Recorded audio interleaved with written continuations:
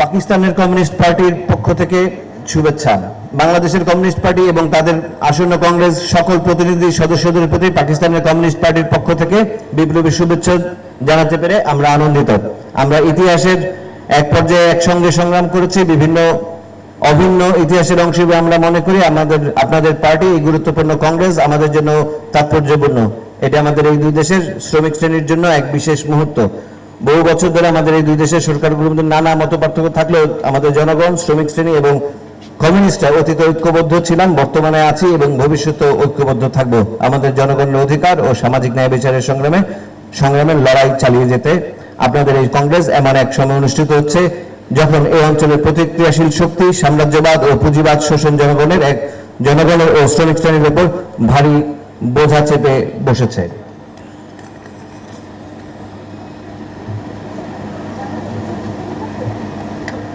ফিলিস্তিনের কমিউনিস্ট পার্টির পক্ষ থেকে যে শুভেচ্ছা বার্তাটি পাঠানো হয়েছে সেটি আমি পুরোটাই পরিস্থিতির বিবেচনায় পুরো বার্তাটি আমি আপনাদেরকে পড়ে শোনাচ্ছি। বাংলাদেশের কমিউনিস্ট পার্টির 13তম কংগ্রেসে ফিলিস্তিনের কমিউনিস্টের পক্ষ থেকে শুভেচ্ছা বার্তা।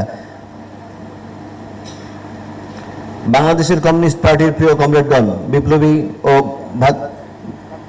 বিপ্লবী শুভেচ্ছা গ্রহণ করুন। ফিলিস্তিনের কমিউনিস্ট পার্টির কেন্দ্রীয় কমিটি এবং আমাদের সকল কমরেড ও সংগ্রামী কর্মীদের পক্ষ থেকে আমরা বাংলাদেশের কমিউনিস্ট পার্টির ত্রয়োদশ কংগ্রেস উপলক্ষে জানাই আন্তরিক ও ভ্রাতৃত্বমূলক অভিনন্দন। এই কংগ্রেসে এমন এক সংকটময় সময় অনুষ্ঠিত হচ্ছে যখন বাংলাদেশের জনগণ স্বাধীনতা, গণতন্ত্র ও সামাজিক ন্যায় বিচারের জন্য তাদের ন্যায্য সংগ্রামের এক গুরুত্বপূর্ণ সন্ধিক্ষণে অবস্থান করছে।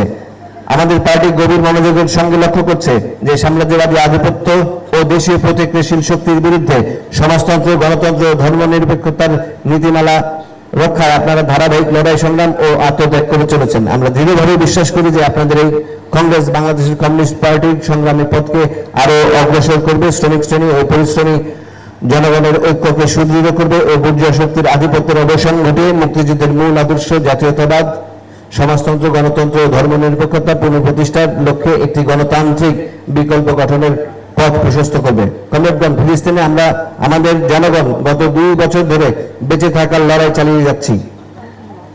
গাজা উপত্যকায় আমাদের জনগণের বিরুদ্ধে জায়নবাদী রাষ্ট্র যে গণহত্যামূলক যুদ্ধ চালাচ্ছে এবং পশ্চিম তীরে জাতিগত নিধনের যে সুসংগঠিত নীতি অনুসরণ করছে তা সবই মার্কিন সাম্রাজ্যবাদ ও তার মিত্রদের সীমাহীন সহায়তায় পরিচালিত হচ্ছে।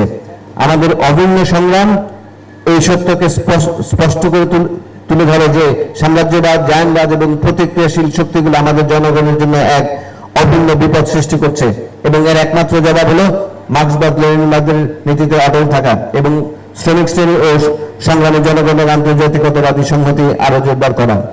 প্রিয় কমরেডগণ,